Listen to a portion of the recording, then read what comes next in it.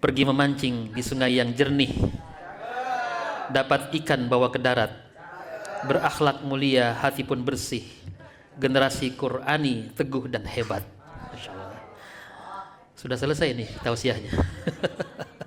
Karena sesuai tema kata Ustadz Basit tadi. Alhamdulillah, Bapak, Ibu, Ayah, Bunda, adik-adik sekalian, tentu ini hari yang sangat membahagiakan, hari di mana yang paling dinanti-nantikan ya oleh Bapak dan Ibu semua, Ayah, Bunda. Ya, tentu bahkan dari sejak awal menikah barangkali ya, sudah bangun di malam hari ini Ayah Bunda dalam qiyamul lailnya ya berdoa, Robbi habli minas solihin ya, Robbi habli minas solihin, Robbi habli minas solihin, persis seperti doanya Nabi Ibrahim alaihissalam ya. Hampir 70 tahun beliau berdoa minta agar diberikan anak yang soleh. Masya Allah, ini satu karunia besar yang luar biasa yang tidak bisa dinilai dengan apapun, dengan harta dunia tidak bisa. Punya anak yang soleh, yang solehah, satu kenikmatan yang paling tinggi. Karenanya itulah yang dimintakan oleh Nabi Ibrahim dalam munajat-munajatnya, dalam solat-solatnya. Maka dikatakan itu ya, Imam Said bin Musayyib itu kalau solat malam ya, ketika sudah dapat 2 rakaat, dia ingat anaknya, tambah lagi rakaatnya. Ingat anaknya, tambah lagi rakaatnya. Begitulah sesungguhnya orang tua itu ya, adik-adik. Bukan hanya memberikan uang saja, mereka itu bangun di malam hari merintih kepada Allah Subhanahu wa taala, berurai air mata itu. Minta kepada Allah Subhanahu wa taala agar apa? Robbi habli minas solihin. Robbi habli minas solihin. Dan alhamdulillah hari ini menjadi momentum yang luar biasa. Ya. Sebagaimana disebut dalam Al-Qur'an itu ya, jawaban doa Nabi Ibrahim itu kan 2. Ya. Dan 2 pula juga anaknya itu laki-laki itu. Ya, fabasyarnahu, dan kami beri dia kabar gembira. Ini adalah kabar gembira ini buat ayah bunda semua. Ini kabar gembira yang luar biasa. Ya, adik-adik ini hari ini hafalan Qur'annya, bahasa Arabnya, tauhidnya, akhlaknya, ibadahnya itu sudah menjadi modal. Ya, modal terbaik untuk melangkah kehidupan yang berikutnya dengan kesolehan, dengan ketaatan kepada Allah Subhanahu wa taala. Sebuah kabar gembira hari ini kita saksikan di wajahnya adik-adik ini ya, semua yang qurrata a'yun, sebagaimana doa kita ya, minta agar diberikan anak-anak yang qurrata a'yun ya. Dan satu kegembiraan, fabasyarnahu. Makanya kemudian Al-Qur'an itu mengatakan fabasyarnahu bigulamin halim. Ini kepada siapa? Kepada putra beliau yang pertama, yakni Nabi Ismail. Ya, bigulamin halim, anak yang amat sangat sabar. Ya, kami beri kabar gembira kepada engkau wahai Ibrahim, engkau itu akan punya anak yang amat sangat sabar. Ya, saking sabarnya nanti itu diuji, apakah siap dipotong lehernya. Masya Allah. Dan itu kita baca dalam Al-Quran. Dan terbukti kesabarannya itu. Ya, terbukti kesabarannya. Dan dari 2 dan semua anak laki-laki, ini kan sudah anak laki-laki ini. Kegembiraan yang besar kepada ayah bunda diberikan anak laki-laki. Ya. Dan satu kesyukuran. Ya, betapa gembiranya itu ya bapak dan ibu itu punya putra. Ya, punya putra menjadi penerus dari perjuangan hidup kita. Kita kan sadar hari ini bisa hidup, bisa berdiri dan sebagainya, itu kan setelah berlapis-lapis generasi. Ya, berlapis-lapis generasi dari Nabi Adam itu sampai ke kita itu. Artinya karena ada seorang anak, baik putra maupun putri, yang menjadi penerus generasi. Dan hari ini kita diberikan generasi yang luar biasa, yang menjadi kabar gembira buat kita semua. Fabasyarnahu bigulamin halim. Ini kalau contoh kepada Nabi Ismail misalnya. Anak-anak yang, kita punya anak-anak yang sabar. Artinya bahwa ada 2 tipologi ya dalam Al-Quran itu. Kalau kita melihat kisah Nabi Ibrahim itu ada 2 anaknya kan, Nabi Ismail, Nabi Ishak. Nabi Ismail dari Hajar, Siti Hajar, Nabi Ishak dari Siti Sarah. Ya. Dan kedua-duanya mewakili, menjawab doa daripada ayahnya, Robbi habli minas solihin itu. Kedua-duanya anak yang soleh. Kedua-duanya anak yang soleh. Tapi ada tipologi di sini. Yang satu apa? Gulamin halim, anak yang amat sangat sabar. Yang satunya Ishak gitu ya. Itu fabasyarnahu bigulamin alim, anak yang pinter, anak yang cerdas. Ya, jadi insya Allah kalau yang namanya kesolehan itu hal yang paling utama. Tapi dua kualitas ini biasanya itu berbeda. Ya, kita punya anak itu kan berbeda-beda kapasitasnya gitu ya. Ada anak yang sabar seperti Ismail, ada anak yang pintar seperti Nabi Ishak misalnya. Dan kalau kita bisa punya dua anak yang seperti itu, Masya Allah, kegembiraan. Sebagaimana gembiranya Nabi Ibrahim itu ya. Punya anak yang sabar, gulamin halim, kemudian gulamin alim. Anak yang pintar, anak yang cerdas. Anak yang kecerdasannya itu artinya membuat dia taat kepada Allah Subhanahu wa taala. Dan hari ini kita bersyukur sekali ya, ini mewakili kegembiraan kita. Kita diberikan anak-anak yang saleh, anak-anak yang dituntun dengan sistem pendidikan yang memang disetting sedemikian rupa. Jadi kalau berbicara hidayatullah sudah lama kan ya, sudah hampir separuh abad ya, lebih bahkan 50 tahun. Kami ini ketika datang ke sini jadi hilang itu bahan materi. Karena ada guru saya, Ustadz Dr. Andes Mardatillah. Ya. Ayahnya Ustadz Kohar itu guru saya dulu ketika di Gunung Tembak. Ada teman sekelas saya, Ustadz Hidayat Jaya Miharja. Tadi ada Habib Lukman, adik kelas saya. Jadi, wah ini teman-teman semua ini, guru saya apalagi. Jadi hilang materi. Ya, karena menggambarkan betapa suasana pendidikan yang pernah kami rasakan dulu di Gunung Tembak. Dan itu kemudian ditransformasikan ke wilayah kota ya, dengan adanya Luqman Al-Hakim ini. Ada 5 aspek yang paling mendasar di dalam pendidikan di Hidayatullah itu. Yang pertama adalah bagaimana menguatkan tauhid, akidah. Ini yang paling mendasar. Di saat dimana dunia pendidikan hari ini, persoalan akidah, tauhid itu dinomor belakangkan itu ya. Yang penting sehat, tidak stunting, makanya makan MBG. Insya Allah kalau di sini kayaknya nggak ada yang keracunan MBG ya. Artinya bahwa dia juga nggak kebagian MBG kan? Ya, artinya bahwa sekarang itu yang paling penting bagaimana fondasi keislaman itu dikuatkan, tauhid itu dikuatkan.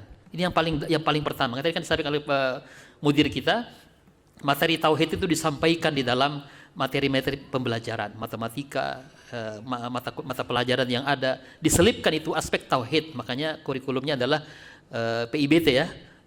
Pendidikan Islam berbasis tauhid. Ini tauhid yang paling mendasar. Sehingga bersyukurlah, ini bekal yang paling utama, bekal untuk kesolehan anak-anak kita. Ya, yang pertama adalah akidahnya, tauhidnya. Yang kedua, di Hidayatullah itu pendidikannya yang kedua adalah bagaimana anak-anak kita diorientasikan agar visi hidupnya itu adalah Quran. Bukan visi hidup yang lain, sebagaimana dikatakan Syekh Mutawalli Sya'rawi ya, bahwa di dalam hidup di dunia ini itu semua apapun yang selain Al-Quran itu akan menjadi sampah saja ya. Yang selain Al-Quran akan menjadi sampah saja, sampah pemikiran, sampah kebudayaan, sampah peradaban ya. Apa yang kita pakai jadi besi tua, yang kita pakai jadi usang, rumah yang kita pakai jadi puing-puing. Di mana di sana ada Al-Quran, dia abadi. Abadi sampai di akhirat. Maka bersyukurlah. Ini orientasi hidup yang ditanamkan di lembaga-lembaga pendidikan Islam yang ada, termasuk di Hidayatullah. Bagaimana menguatkan visi hidup berquran. Ya, mutahallikun bil Quran. Setelah sahih akidahnya. Visi hidup berquran. Keyakinan bahwa dengan Al-Quran ada reward yang tidak akan putus-putus sampai hari kiamat. Ada pahala yang tidak putus-putus, ajrun ghairu mamnun. Keyakinan bahwa dengan Quran, maka anak-anak kita menjadi apa? Kana hulukuhu Al-Quran. Akhlaknya menjadi akhlak Quran. Paling tidak dekat-dekat dengan akhlaknya baginda Rasulullah. Yang akhlaknya adalah Al-Quran. Menjadi Quran yang berjalan. Masya Allah. Ini diantar bagaimana dijiwai, punya orientasi hidup Al-Quran. Ya. Kemudian yang ketiga adalah gak cukup dengan visi saja, langsung dalam aplikasi juga. Makanya anak-anak kita kan di sekolah-sekolah yang ada ya di Hidayatullah misalnya, itu bangun malam ya di jam 2, 3 malam sudah dibangunkan, dipaksa untuk dibangunkan untuk sholat malam, qiyamul lail, baca Quran, berzikir. Zikirnya bukan hanya pagi sore, tapi setiap saat kan zikirnya. Saya pernah mengalami ketika masih di Gunung Tembak, ya mungkin zamannya Ustaz Dr. Andes Sembardatillah itu. Saya masih SD kelas 4. Ya, dibangunin sholat malam itu. MI kelas 4 dibangunin sholat malam. Ya namanya anak-anak kecil yang masih SD, bangunlah saya. Pergi sholat, tapi saya tidak wudu. Saya tidak wudu, ikut sholat. Itu masih bau liur itu ikut sholat. Luar biasa, pengkondisian yang luar biasa. Agar apa? Agar punya kebiasaan untuk ibadah. Jadi setelah punya visi berquran, berikutnya apa? Mengantarkan anak-anak kita itu punya kemampuan untuk beribadah. Mujiddun fil ibadah. Ya. Rajin sholat malam, menjaga 5 waktunya ya. Luar biasa. Ini menjaga sholat 5 waktu luar biasa di zaman sekarang yang hasil penelitian mengatakan 44,5% saja orang Islam di Indonesia yang istiqomah melaksanakan sholat. Masya Allah, bersyukurlah ayah bunda sekalian yang anaknya dititipkan di Luqman Al-Hakim ini. Diantar 5 waktu istiqomah, paling tidak menjadi bekal setelah lulus ini. Agar menjaga sholat 5 waktunya. Ini yang paling berat. Dan itu menjadi ciri khas pendidikan di Hidayatullah. Harga mati itu yang namanya sholat 5 waktu. Kemudian ditambah dengan nawafilnya. Qiyamul lail, baca Quran, berzikir dan sebagainya. Nah, ini aspek yang ketiga di dalam pendidikan yang ada di Hidayatullah itu. Ya, mujiddun fil ibadah, mengantarkan anak-anak kita menjadi ibadur rahman. Tadi kan sudah disebut ya, ibadur rahman.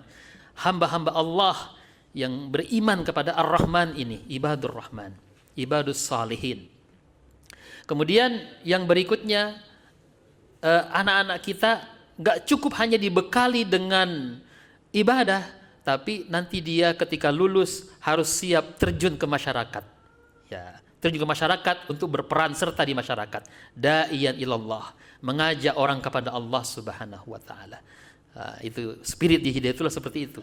Agar keluaran alumni, outcome di Hidayatullah itu bukan hanya alumni lulusan saja, tapi kelak nanti dia akan memberikan transformasi ke masyarakat terhadap apa yang sudah dia terima ketika sekolah, mengajak orang kepada kebaikan, menyuruh kepada kebaikan.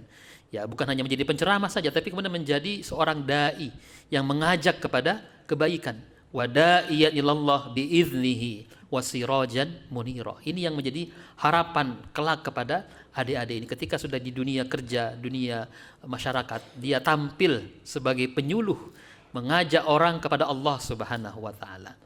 Yang terakhir itu dalam mengantarkan bahwa ketika bersekolah harus juga ada komitmen untuk istiqomah beriltizam di dalam jamaah kaum muslimin. Ya, jamaah kaum muslimin di dalam ukhuwah Islamiyah, bersatu di dalam kekuatan kaum muslimin. Ini 5 hal yang menjadi sebab sebenarnya kalau ini dilaksanakan maka akan ada kebangkitan ini bagi umat ini. Lurus akidahnya, kuat tauhidnya, kemudian punya visi hidup berquran, menjadi kader-kader, menjadi siswa yang Qurani ya, berakhlak Quran juga. Kemudian kuat ibadahnya kepada Allah Subhanahu wa taala. Ketika azan berkumandang segera menuju ke masjid dan sebagainya. Ya, kemudian da'iyan ilallah dan istiqomah di dalam garis yang lurus untuk memperjuangkan risalah Allah ini. Ya, karena nanti di akhirat itu baginda Rasulullah itu sangat membanggakan umatnya yang ikut bersama dengan beliau untuk menjunjung tinggi agama ini. Nah ini insya Allah ini menjadi jaminan ya kepada ayah bunda sekalian. Inilah core values ya, nilai-nilai core yang inti yang menjadi aspek mendasar dalam pendidikan atau bahkan pengkaderan di Hidayatullah. Kalau kita sering menyebutnya dengan kajian sistematika wahyu. Alhamdulillah, ayah bunda sekalian, ya kembali tadi ya ke spirit bahwa kita ini seperti Ibrahim, ibu-ibu seperti Hajar ya, seperti ibunda Sarah yang pingin sekali punya anak-anak yang saleh. Ya, Rabbi habli minas salihin. Dan terbukti hari ini jawabannya, fabasyarnahu bigulamin halim. Ya, anak-anak yang sabar. Kalau kita lihat itu di Kilo 8 ya, saya beberapa kali ke sana, wah mirip-mirip ini. Kalau di Mekah itu kan juga lembah ya, lembah Bakkah. Sana kan juga menurun juga itu ya, lembah juga itu. Memang diantar anak-anak kita di sana untuk apa? Untuk gulamin halim, menjadi anak yang sabar. Bisa ditanya lah ya, bagaimana pendidikan di sana, ditempa, dididik agar menjadi anak-anak yang sabar. Ini sangat penting ya, gulamin halim. Dan itu terbukti pada sosok Nabi Ismail itu. Dan ternyata pelajarannya kalau kita lihat dalam surah As-Saffat itu, nah ini bagi ayah bunda ini ya. Ternyata memang Nabi Ibrahim itu mengajari kita dari ribuan tahun yang lalu ya, mengajari kita, jadilah bapak dan ibu atau orang-orang tua yang mau bicara kepada anak-anaknya, yang mau sering bicara dengan anaknya, diskusi dengan anaknya. Kadang-kala itu bapak malas bicara ya, betul nggak Pak? Kadang-kala bapak itu malas ngomong sama putranya, lebih sering ibunya kayaknya itu ya. Lebih sering ibunya itu yang WA, yang apa, yang ngobrol, kalau sudah ke rumah ngobrol sama ibunya. Tapi kalau bapak itu kayaknya lebih banyak diam itu ya. Nah, ini jangan sampai terjadi. Karena kalau kita lihat di dalam perjalanan dalam Al-Quran misalnya, Luqman Al-Hakim kepada anaknya, Ibrahim kepada anaknya, berarti itu sering ada diskusi di sana, sering ada bicara di sana, sering ngajak berpikir anaknya. Makanya kan ketika ayah itu kepada anaknya sudah sering ngomong, sering bicara, sering komunikasi, terbangun yang namanya relasi yang kuat ya, yang disebut dengan kelekatan. Ada kelekatan yang terbangun antara ayah dan anak, antara ibu dengan anak, dan kelekatan ini sangat penting. Ya, dan tergambar dalam kisahnya Nabi Ismail itu. Ya, ketika kata ayahnya, ya bunayya inni ara fil manam, wahai anakku. Ini panggilan yang lembut ya, ya bunayya. Kira-kira Bapak Ibu di rumah panggil anak kita apa itu? Panggil namanya ya. Ya. Tapi Al-Qur'an mengajari kita ya bunayya. Begitu pula sebagai anak juga kepada bapak itu Al-Quran mengajari apa? Ya abati. Termasuk Nabi Ibrahim. Nabi Ibrahim itu kepada ayahnya, ya abati la ta'budi syaitan. Wahai ayahku, janganlah ikuti syaitan itu ya. Ya, padahal jelas-jelas bapaknya itu menyembah patung itu. Tapi tetap kalimatnya ya abati. Mungkin karena bapaknya itu sangat berakhlak kepada karena Nabi Ibrahim itu berakhlak kepada bapaknya, maka anaknya pun juga berakhlak kepada ayahnya, Nabi Ismail itu. Maka ketika diberi seperti itu, bagaimana ini? Semalam saya bermimpi seperti ini. Maka jawabannya apa? Ya abati. Ya, wahai ayahku. Juga indah sekali itu, ya abati juga. Ya abati if'al ma tu'mar. Satajiduni insyaallah minas sabirin. Ini gambaran, begitulah endingnya itu ya. Gambaran, jadi kalau kita lihat dalam ayat itu, mungkin ini ayat yang paling menggetarkan ini. Ya. Ayat yang paling menggetarkan, belum pernah ada dalam sejarah kemanusiaan ada perintah dari Tuhan kepada manusia untuk menyembelih leher putranya sendiri. Tapi kita lihat bagaimana keberhasilan Nabi Ibrahim mendidik anaknya. Ya. Karena sudah sering dialog, sering diskusi, ya, sering ngomong kepada anaknya, maka apa kata ayahnya? Coba pikirkan, ya. Bagaimana ini perintah Allah ini, ya, anzur ma tara, coba pikirkan ini wahai Ismail. Artinya bahwa Nabi Ibrahim itu bahkan dapat perintah dari Allah itu nggak maksa-maksa, tidak ada pemaksaan di sana. Ini bedanya antara pola mendidik yang otoriter ya dengan pola mendidik yang mungkin bahasanya pun demokratis ya. Jadi kita sebagai orang tua jangan terlalu memaksa anak kita. Ya, ajak mereka berdiskusi, ajak mereka berdialog, sering-sering bicara dengan anak-anak kita. Ya, kita ngomong ke anak kita, bagaimana nak itu nak sudah azan berkumandang, bagaimana pendapatmu? Apa yang harus kita lakukan? Ya, tinggalkan dulu HP-nya, ayo kita ke masjid. Kan begitu ya.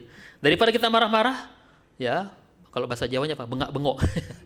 Daripada kita bengak-bengok, itu malah kemudian membuat anak ini jiwanya itu menjadi tidak baik gitu ya. Maka kita ikut ini pola asuh yang dicontohkan oleh Nabi Ibrahim.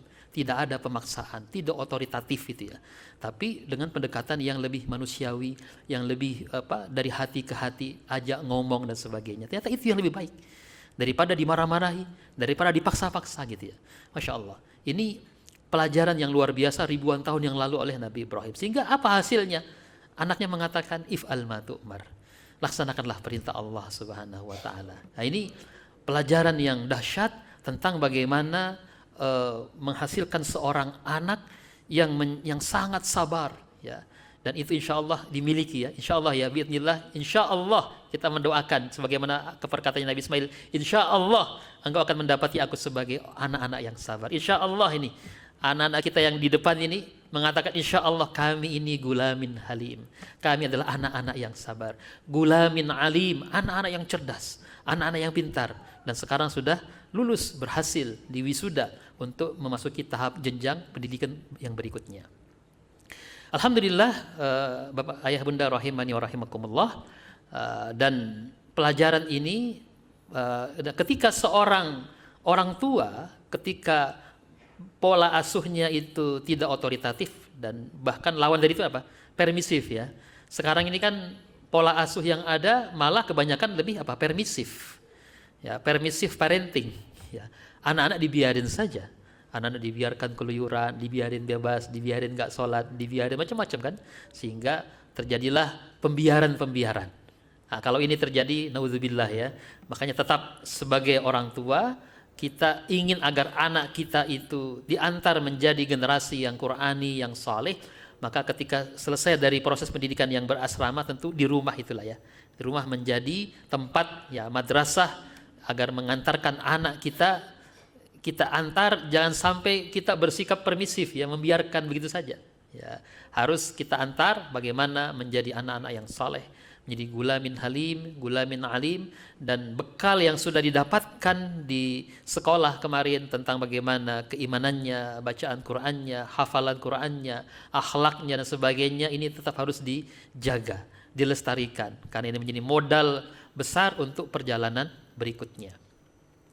Kemudian di dalam perkembangan dalam proses berpendidikan itu, ya, kalau kita lihat tadi ada gulamin halim, anak yang sabar. Insya Allah ini kalau dalam konteks pendidikan zaman sekarang, ternyata kesuksesan itu hasil dari proses ketangguhan, ya, perseverance, ya, dari proses ketangguhan, kegigihan, ketika jatuh bangkit lagi, itulah ciri khas yang dimiliki oleh anak-anak yang sabar.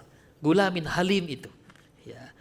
Dan ternyata orang-orang yang berhasil itu bukan lahir dari situasi yang nyaman, ya, situasi yang enak gitu, ya. Justru kehidupan yang menempa dirinya menjadi orang-orang yang sabar, yang mengantarkan dia menjadi orang yang sukses itu, ya. Ya. Kan dalam hidup ini ada pepatah mengatakan itu, ya, berakit-rakit dahulu, bersenang-senang kemudian. Ini pesan buat adik-adik ini, ya. Berakit-rakit dahulu, bersenang-senang kemudian. Ini salah kata-kata ini, ya. Nggak ada itu bersenang-senang kemudian itu. Bersenang-senang bagi orang yang beriman itu nanti di surganya Allah Subhanahu wa taala. Bukan di dunia tempatnya bersenang-senang, bukan, ya. Tapi apa? Bersakit-sakit dahulu, enjoy kemudian. Ya, enjoy kemudian, ya. Karena apa? Dalam hidup ini, adik-adik, ya, ini pesan kepada adik-adik. Hanya ada dua penderitaan. Hanya ada dua kesakitan, penderitaan. Penderitaan, kesakitan yang pertama ketika kita disiplin, ya, memaksa diri kita untuk belajar, menghafal, berbahasa Arab, itu menyakitkan, itu capek itu, ya, penderitaan karena disiplin belajar. Dan insya Allah kalau ini adik-adik istiqomah dengan kedisiplinan ini, nanti akan apa? Enjoy kemudian, itu insya Allah akan enjoy kemudian. Artinya itu balasan atas kesabarannya di dalam berdisiplin. Ya. Kemudian kesakitan, penderitaan yang berikutnya apa? Ketika menyesal. Ketika menyesal kemudian. Itu saja ternyata. Menyesal kenapa dulu aku nggak belajar, ya. Menyesal kenapa aku dulu malas-malasan, ya. Kenapa aku dulu sibuk asik main game saja, ya. Gitu, ya. Nggak mau belajar. Itu dalam hidup ini hanya ada dua kesakitan, sakit karena disiplin, sakit karena menyesal. Maka jangan sampai nanti adik-adik sakitnya karena menyesal itu, ya. Contohlah ayah bundanya itu yang memang berdisiplin sehingga kemudian berusaha bersungguh-sungguh untuk melahirkan generasi terbaik, penerus keluarga yang soleh dan soleha. Ya, ini gambaran bahwa kita mengupayakan agar kita punya anak-anak yang punya ketangguhan ketika dia menjadi gulamin halim, gitu, ya. Dan insya Allah proses yang sudah dilaksanakan selama ini juga dalam rangka itu. Ya nggak jarang itu anak-anak di Kilo 8 disuruh kerja bakti ya, ngecor. Artinya itu bentuk ketangguhan. Jangan dianggap, wah kok anakku disuruh kayak kuli bangunan. Oh enggak, itu dalam bentuk melatih ketangguhan ya, melatih kesabaran juga. Bahwa dalam hidup ini salah satu yang harus dimiliki bukan hanya etos belajar, tapi etos kerja juga. Bagaimana menjadi anak-anak yang tangguh ke depan ini, karena tantangan ke depan ini luar biasa. Apalagi dolar semakin naik. Sehingga harus semakin tangguh menghadapi kehidupan yang tambah tidak jelas ini ya. Kayak bagaimana bangsa kita ke depan ini. Ya. Kemudian gulamin alim.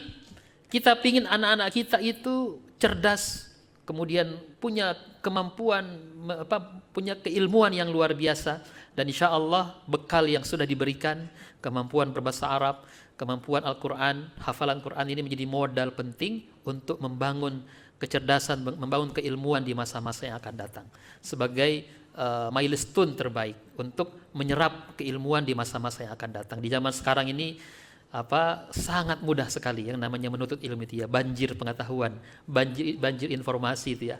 Di HP saja itu banjir informasi setiap hari. Sehingga sekarang mudah sekali untuk mendapatkan pengetahuan. Dan tinggal bagaimana adik-adik ini kemudian mengupgrade dirinya sesuai dengan apa yang diinginkan, mau jadi apa dan sebagainya. Silahkan ditempuh dengan sebaik-baiknya. Menjadi seorang gulamin alim, orang yang cerdas, orang yang penuh hikmah, orang yang berpikir, artinya punya IQ yang baik untuk menapaki masa-masa depan yang lebih baik. Ya.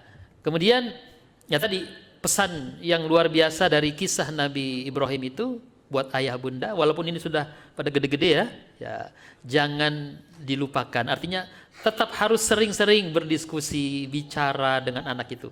Wahai ayah, bicaralah dengan anak-anaknya. Jangan didiemin ya. Jangan menjadi orang yang silent kepada anaknya sendiri. Karena itulah yang dilakukan oleh Nabi Ibrahim dan dicontohkan. Kenapa putranya bisa mengatakan seperti itu ya, karena sudah berhasil itu Nabi Ibrahim mengantarkan anaknya menjadi gulamin halim, gulamin alim, karena sering berbicara, sering berdiskusi dengan anak-anaknya ya. Dan kita tentu tidak ingin menjadi orang tua yang lost generation ya, yang kehilangan anak-anak kita sendiri ya. Jadi ada sebuah perkataan itu ya, kalau seorang anak kehilangan bapak kan menjadi yatim ya. Kemudian kehilangan ibu menjadi yatim piatu. Itu sebutannya. Tapi seorang bapak, seorang ibu yang kehilangan anaknya itu nggak ada sebutannya.